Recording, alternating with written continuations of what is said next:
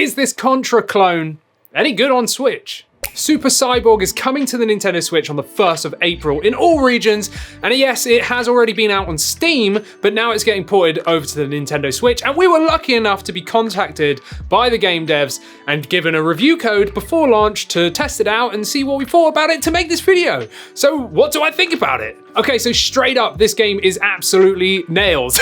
If you know Contra, well then you know how difficult that game can be. And if you don't know Contra, this is like an old school retro inspired game, which is kind of focused on the D-pad, but you can use the sticks if you want to. We'll get into controls in a bit, but you basically run left, right. You can shoot up, down, left, right, or diagonally, but you cannot shoot in every direction. You can basically run, but you can't like walk or go any faster. You can jump, you can lock the aiming position so you can stand in one place and then shoot in all directions.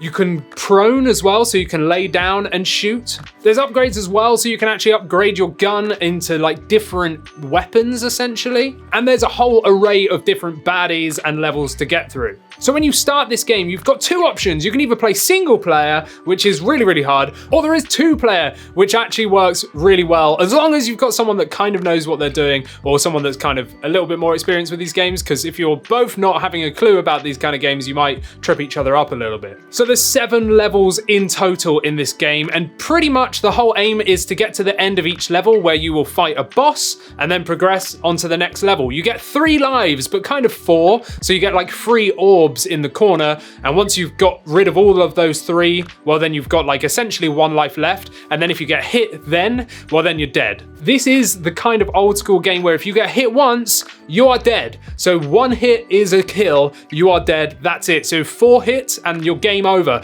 And also you don't get checkpoints either. So you kind of progress, and if you die, well then you're right at the back at the beginning of that level. Luckily though, once you've cleared a level, well then you basically checkpoint to the beginning of that level. So if you die and game over, you can continue from the start of that level. And then later on, I think it's on like level 4 at least, there's like a mini boss halfway through the map, and if you die, well if you complete that but then die, well then you can actually continue from that mini boss, which leads you into another boss again. It's technically like 2 main bosses really. So I started this knowing these kind of games. I've played all of these types of games as a kid. I've played Contra, I've played Metal Slug, all those kind of games, and I really, really do enjoy them. But it has been quite a while since I've actually picked up a game like this.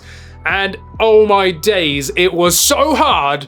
Like, I can't even, right? So when I first started playing this, I died multiple times because the whole sort of aim of getting good at these games is learning patterns, learning the enemy types, learning the types of projectiles that are going to get fired at you and from what type of enemy they are, learning the terrain, what's going to slow you down, where you can jump to that might lead you out of danger if there's enemies that can't like climb up, if that makes sense. You've kind of got to rush through it at a good enough pace, but then not go too fast that you just get killed by everything. So when I started this, the first sort of like 5 lives were complete bruh. Like that was it. I was just dead. And then I kind of started getting the pattern of, okay, these enemies shoot projectiles. These enemies just run at you. These are turrets. These are like flying enemies, all that kind of stuff. Now, after a few lives, I did finally get to the boss on level 1, but I only had my like last life left. So I had no orbs left and that was it.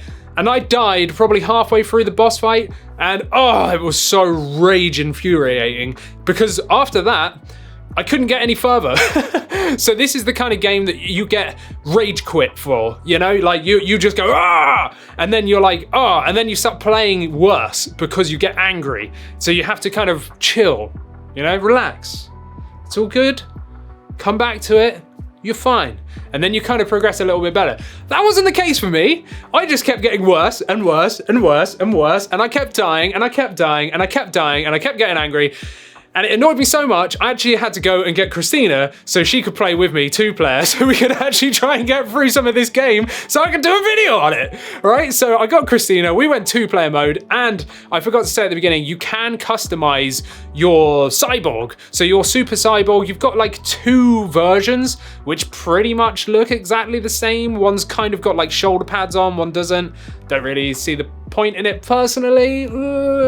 But you know, you can choose all the color types. So you've got like the base level armor color and then like accenting color and the gun color and stuff, which was quite good so that me and Christina could differentiate between each character well. So she went for like purpley pink, I went for the green, and we just like went through like that, which did definitely help. Having that character customization really does help you on the screen, because there's nothing worse than having two identical characters and then you getting lost as to which one you are when you're trying to jump through projectiles and dodge stuff. It's difficult. Now, once we started playing it in 2-player mode, well, then it got a little bit easier. Now, I'm not saying easy because it wasn't easy. It was still hard. We still died countless times, but we could kind of like have each other's back way better. And if someone saw a bullet coming that the other person clearly didn't, well, then you can say, quick, jump now. And then you could get out of the way of it or lay down or whatever, you know, which was kind of cool. Definitely helped with the bosses, because certain bosses like spawn enemies in certain areas whilst throwing projectiles at you. And then one person can just deal with the enemies whilst the other's like dealing with the boss.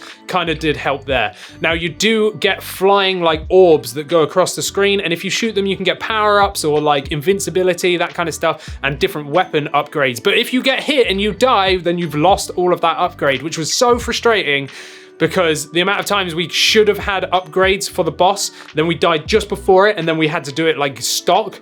That was frustrating. But playing 2-player, yeah, we managed to get through 4 levels. We got through 4 levels, but we couldn't get any further. There's 7 in total. But yeah, we were like, right, that's it. This is like my first impressions. I'll give an overview of the game, because otherwise we're gonna be here all day playing this far too long when we've got other stuff to do, like make this video for you, because we wanted to get it out in time for launch. Each level has different environments, which is really nice. I really liked the assets and just the way that they looked. It was very cool. The music's cool as well. Like, there's not really much that I can say was negative about this.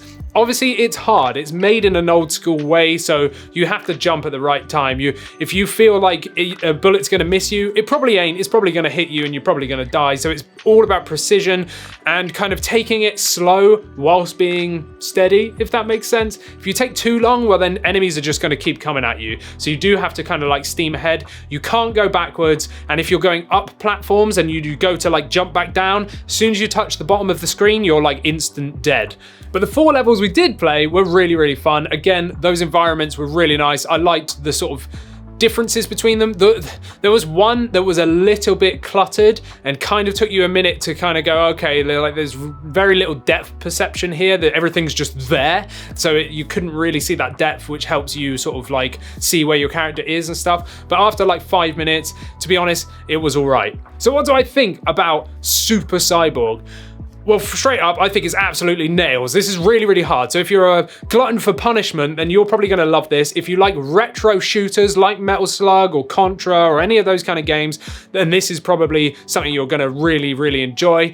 It was fun. It ran really well. So I didn't have any stuttering. We didn't have any lag. We didn't have anything. Like, this is a high projectile like dodge game, right? So you've gotta be on your toes and the game's gotta run well, because otherwise you're gonna sort of lag out or freeze or slow down, and then all of a sudden you're dead. I didn't have any of that.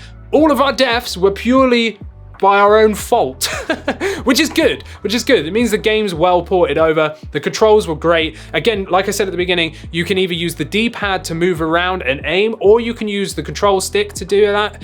You can jump with B, you shoot with Y, you can hold down X and that will do like a charge shot. If you press X quickly, it will do like a mini charge shot, but if you hold it down, after a few seconds, you get like full charge, and that changes depending on the weapon that you've got at hand.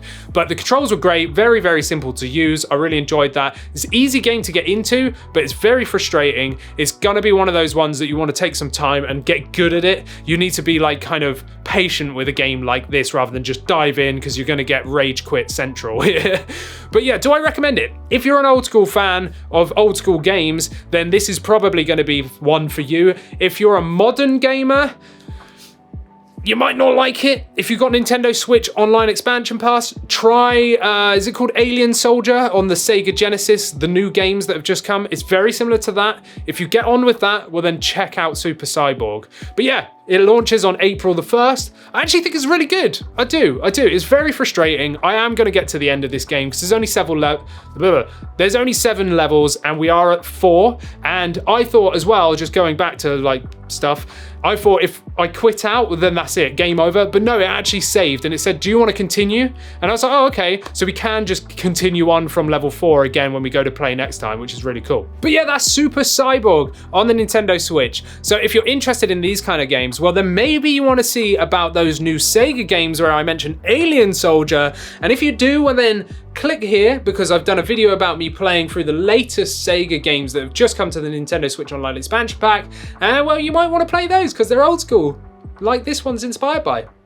So go click it. Do it.